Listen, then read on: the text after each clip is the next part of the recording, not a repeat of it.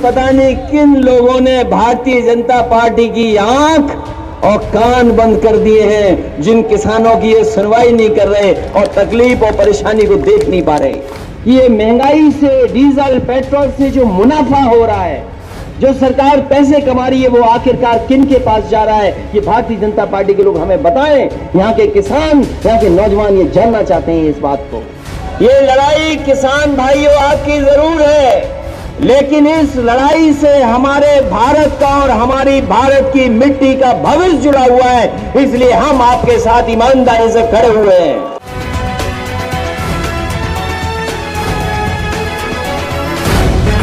The live TV, सच सबसे आगे। जिस दिन से हमारे किसानों ने आंदोलन शुरू किया है, जिस दिन से ये आंदोलन किसानों का शुरू हुआ है, कोई भी राजनीतिक दल, पार्टी बनी रही होगी, उसने एक ही नारा दिया, जय जवान जय किसान। और जब मैं इस महापंचायत में देख रहा हूं तो हमारे बहुत सारे बुजुर्ग किसान बैठे हैं, ये नौजवान दिखाई दे रहे हैं। और आज ये मैं कह सकता हूं, जब आंदोलन का 100 दिन हो गए, दिल्ली में किसान बैठे हैं, जब 100वां दिन आज शुरू हो रहा है, मुझे पूरा भरोसा इन किसानों और नौजवानों पर। ये किसान और नौजवान तब तक संघर्ष करते रहेंगे जब तक देश का ये किसानों का 3 कानून वापस नहीं हो जाएंगे। और हम अपने किसान भाइयों को भरोसा दिलाते हैं कि ये लड़ाई जरूर आपकी है, ये लड़ाई किसान भाइयों आपकी जरूर है, लेकिन इस लड़ाई से हमारे भारत का और हमारी भारत की मिट्टी का भविष्य जुड़ा हुआ है, इसलिए हम आपके साथ ईमानदारी से खड़े हुए हैं। सोचो, कभी हमारे बुजुर्ग यहां बैठे हैं, इनकी पीढ़ी दर पीढ़ी खेती करती आई है। एक पीढ़ी ने खेती की, अपने दूसरी पीढ़ी को खेती के लिए तैयार कर दिया। अगर हमारे किसान, अन्नदाता अगर खेती ना करें तो बताओ जीवन क्या है धरती पर? क्या हम बिना खाए हम कितने दिन जिंदा रह सकते हैं? हमारे किसान शहीद हो गए, सरकार नहीं जागी, हमारे ट्रैक्टरों की आवाज नहीं सुनी, और पूरे उत्तर प्रदेश और देश में ट्रैक्टर चले हैं। ट्रैक्टरों की भी आवाज और ट्रैक्टरों की भी सम्मान नहीं किया इन्होंने। पता नहीं किस बात का घमंड, किस बात का अहंकार है, और हमारे किसानों पे और हमारे नौजवानों पे झूठे मुकदमे लग गए। ये भारतीय जनता पार्टी के लोग हमारे किसानों को नहीं जानते हैं। हमारे ये वो किसान हैं जिन्होंने सदियों से अपनी मेहनत करके और अपनी एड़ी की ठोकर से न जाने कितनी खेत और खेती ठीक कर दी है। ये समय मिलेगा, यही किसान ऐसी ठोकर मारेंगे, इनको पता नहीं लगेगा कहां जाएंगे ये लोग। अगर ये दिल्ली में बैठ सकते हैं, बैठ सकते हैं, यही किसान और यही नौजवान इनको दिल्ली से भी बाहर करने का काम करेंगे। ये कहते हैं विश्व गुरु बनेंगे। बताओ, बिना किसान भाइयों विश्व गुरु बन जाएगा कि बैठ के बिना खेती के कोई विश्व गुरु नहीं बन सकता। अमेरिका सबसे बड़ा ताकतवर देश है, अमेरिका दुनिया का सबसे ताकतवर देश है, वो लोकतंत्र में सबसे मजबूत है, वहां की आर्मी, डिफेंस सबसे ताकतवर है, अर्थव्यवस्था में ताकतवर है। ये अलग बात है कि किसान की संख्या कम है, लेकिन वो अपने किसानों की खेती को घाटे की खेती नहीं बनने देता, अपने खजाने को खोल देता है और वहां की खेती को घाटे में नहीं जाने देता। हाँ, आप किसान को बाजार के भाव पे छोड़ रहे हैं। आप किसान अगर बाजार पे छूट जाएगा तो हमारे किसानों की मदद कौन करेगा? याद रखना, किसान भाइयों की कोई मदद कर सकता है तो वो है सरकार, मदद कर सकती है, और ये सरकार वो है जो किसानों की मदद नहीं करना चाहती है, किसानों को बर्बाद करना चाहती है। इसलिए हम आपसे अपील करना चाहते हैं, ऐसी सरकार के खिलाफ आप खड़े हो जाएं। और जो इतिहास के पन्ने जानते होंगे, इतिहास के पन्ने जिन्होंने पढ़े होंगे, जिन्होंने इतिहास पढ़ा होगा, जो इतिहास जानते हैं, इस भारत को गुलाम बनाया था एक ईस्ट इंडिया कंपनी ने, और यही सभी लोगों ने मिलकर के, हिंदू, मुस्लिम, सिख, सबने मिलकर से इस देश को आजादी दिलाने का काम किया था।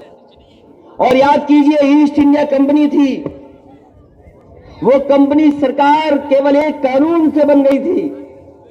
इतिहास के पन्ने पलटना आप, वो कंपनी थी, और कंपनी कब सरकार बन गई? क्योंकि लंदन में, ब्रिटेन में एक कानून पास कर दिया उस कंपनी को सरकार बनाने का, और उसी दिन वो कंपनी सरकार बन गई, और सरकार बन करके उसने हमें और आपको न जाने कितने साल गुलाम रखा। सोचिए, एक कानून ने ईस्ट इंडिया कंपनी को वो ताकत दे दी, वो सरकार बन गई एक कानून ने केवल। और हमारे लोग, जो पढ़े लिखे लोग होंगे, क्योंकि विदेश मंत्री भी रहे आदरणीय सलीम शेरवानी साहब, वो जानते होंगे कि एक ही कानून ने बना दिया ईस्ट इंडिया कंपनी को सरकार। और बताओ, भारत की सरकार सब बेच करके कंपनियों को दे रही है। बताओ, भारत सरकार सब चीज बेच करके कंपनियों को दे रही कि नहीं दे रही, बताइए आप।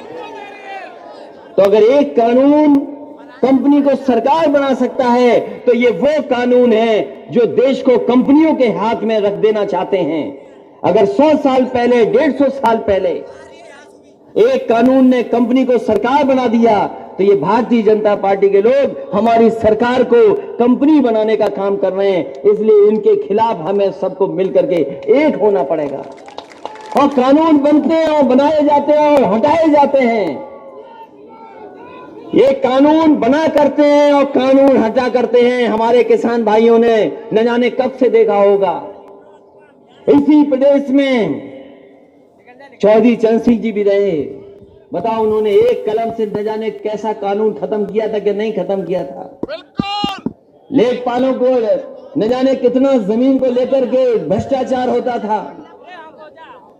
फैसला लिया, एक ही बार में सब साफ हो गए, एक ही फैसले ने। इसलिए अगर ये कानून बना सकते हैं तो ये किसान ताकत दे देंगे। ये कानून भी हटाए जा सकते हैं, साफ किए जा सकते हैं। और ये जब तक कानून नहीं हटेंगे, व्यवस्था नहीं बनेगी, तो हमारे सोचो, अगर खाना नहीं होगा, खेती नहीं होगी, तो जीवन कैसे चलेगा? इसलिए खेत में काम करने वाले किसान जीवन चला, इनकी मेहनत से खाने को मिलता है।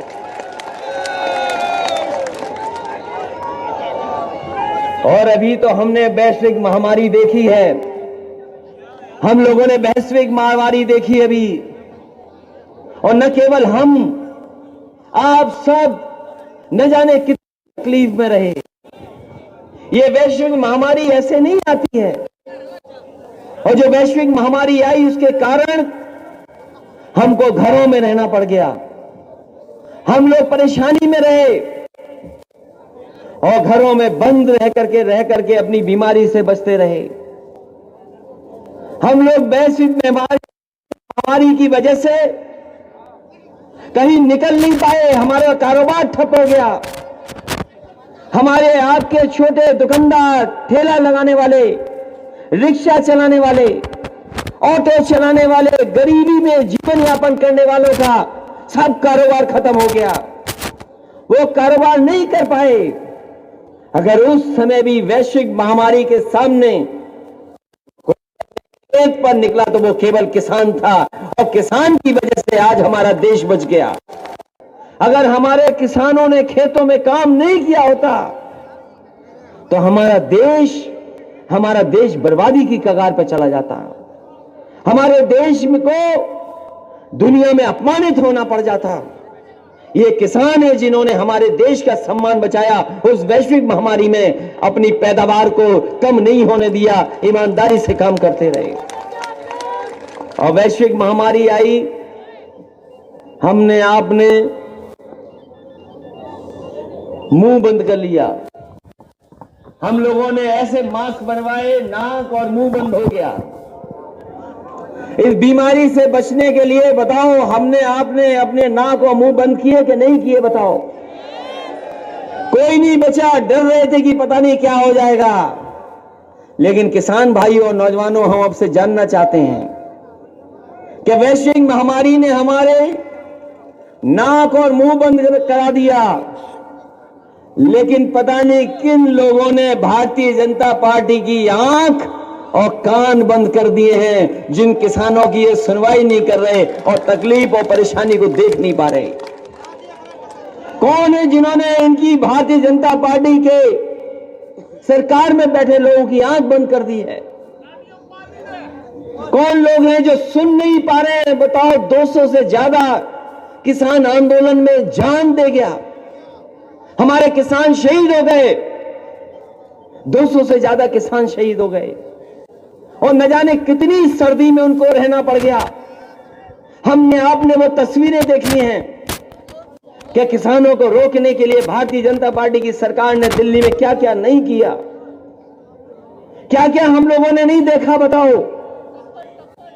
जैसे कभी हमने सीमा पर सुना होगा कि सीमा पर ऐसे किया जाता है, वही चीजें हमारे किसान जो हमारे अन्नदाता है उनको रोकने के लिए भारतीय जनता पार्टी ने किया। वो दिल्ली केवल अपनी बात रखने चाहते थे, लेकिन हमारे किसानों को दिल्ली में घुसने नहीं दिया, अपमानित किया, और इतना अपमानित किया कि हमारा किसान और मजबूत हो गया। हम लोग जानते हैं कि कब फसल कौन सी आने वाली है, और अब ये धान चला गया हमारा। जब किसान को धान की कीमत चाहिए थी, एमएसपी, और एमएसपी हमने आपने नहीं तय की, ये सरकार का फैसला था, ये एडमिनिस्ट्रेटिव फैसला है कि एमएसपी मिलनी चाहिए। केंद्र बना करके, खरीद के केंद्र बना करके किसानों की फसल की एमएसपी दें, ये व्यवस्था थी। इस व्यवस्था को खराब अगर कोई कर रहा है तो पार्टी के लोग कर रहे हैं। बताओ, धान कितने में बिक गया? अगर धान पैदा हुआ होगा तो 900, 1100, 1200 रुपए में बिक गया, 900, 1100, 1200 में बिक गया। और हमारे मक्का, हमारे यहां बहुत पैदा होती है कन्नौज में मक्का। हमारे मुख्यमंत्री जी को पता ही नहीं है कि मक्का कितने में बिक गई। कहां पूछा मक्का? मक्का का कोई हिसाब किताब नहीं, मक्का ऐसी ही चली गई। और अभी तो खुदाई भी चल रही है आलू की, यहां से लेकर के कन्नौज और कानपुर देहात तक, फरक्काबाद, ये पूरी आलू की बेल्ट है। अगर सरकार कहीं आलू खरीदती हो तो बता दो हमें। जो कुछ है घाटा किसान के ऊपर, और मुनाफा उद्योगपति ले जा रहे हैं। और आपसे बेहतर कौन जानता होगा कि जो चीज किसान पैदा करता है उस पर मुनाफा बड़े बड़े लोग कमाते हैं। और इधर लॉकडाउन के अंदर जो ये बीमारी आई, वैश्विक महामारी के अंदर, वो जान गए हैं कि मुनाफा सबसे ज्यादा किस में है।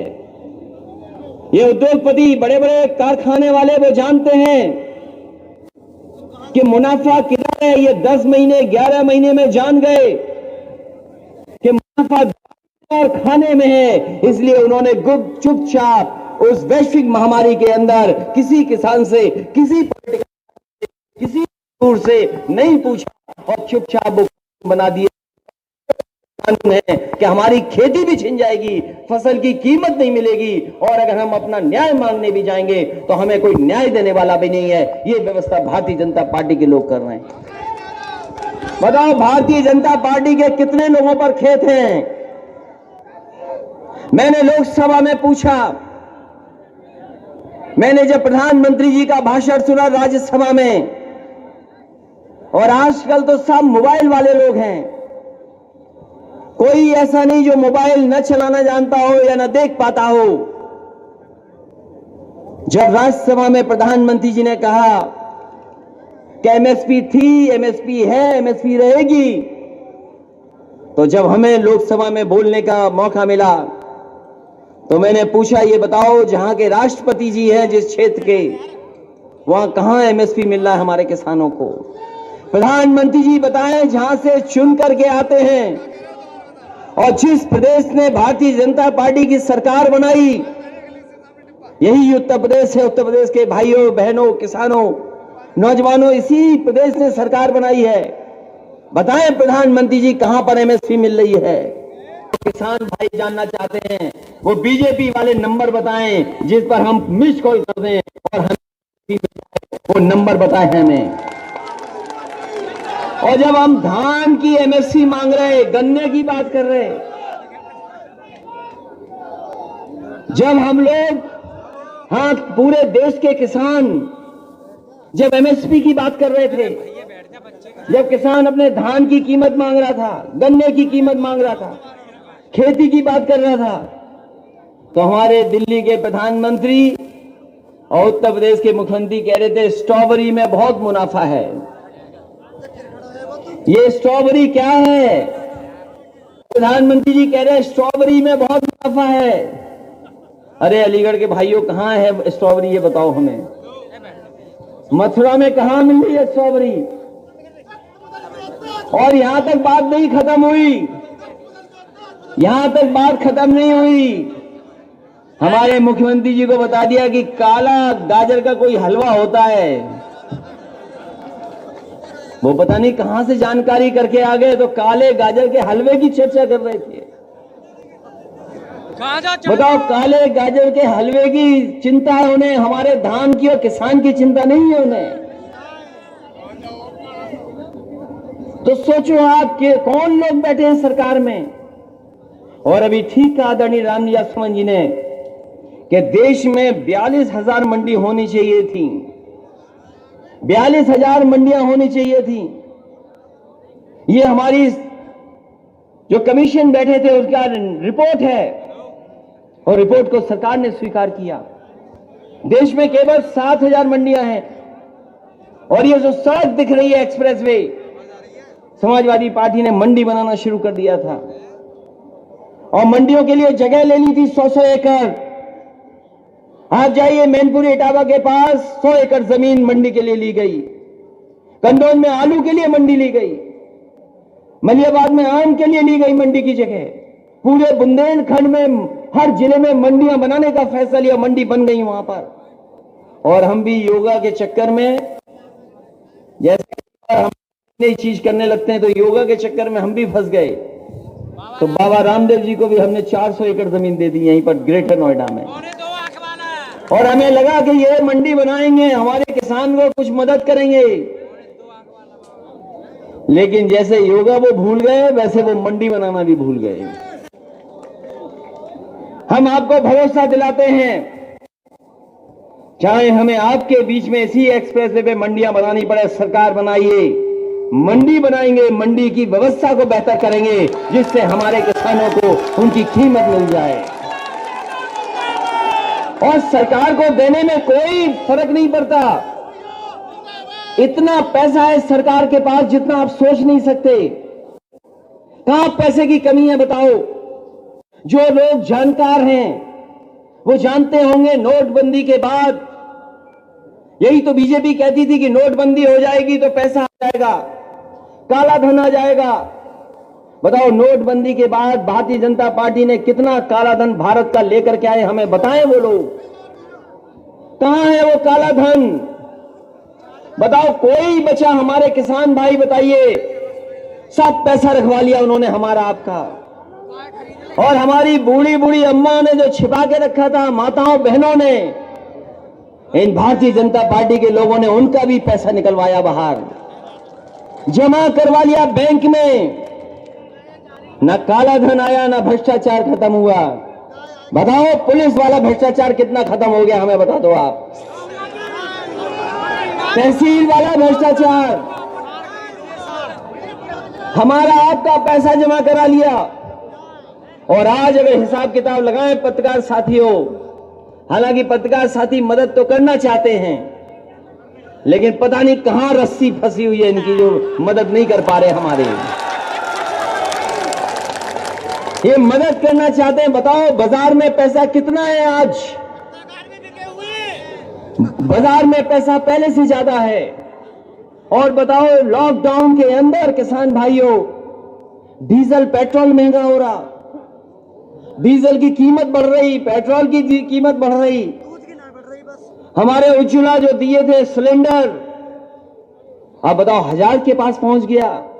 हम केवल ये जानना चाहते हैं कि ये महंगाई से, डीजल पेट्रोल से जो मुनाफा हो रहा है, जो सरकार पैसे कमा रही है, वो आखिरकार किन के पास जा रहा है? ये भारतीय जनता पार्टी के लोग हमें बताएं। यहां के किसान, यहां के नौजवान ये जानना चाहते हैं इस बात को। डीजल पेट्रोल महंगा, कोई नौकरी नहीं। बताओ नौजवानों, कहां नौकरी है तुम्हारे पास? बताओ रोजगार कहां है? कहां है? बताओ काम जो हम कर सकें। हमारे नौजवान किसान भाइयों सोचो, आपको ऐसे कानून में उलझा दिया और नौजवानों को मोबाइल दे दिया, ना वो काम की चिंता कर रहे, ना रोजगार की, ना नौकरी। लेकिन मुझे यकीन है इस बार जिन लोगों ने मोबाइल पे झूठ प्रचार कर करके सरकार बनाई है, इस बार ये लोग मोबाइल तोड़ेंगे और सरकार का भी घमंड तोड़ देंगे इस बार। सोचो कहां लेके जा रही है देश को, कहां लिए जा रहे हैं?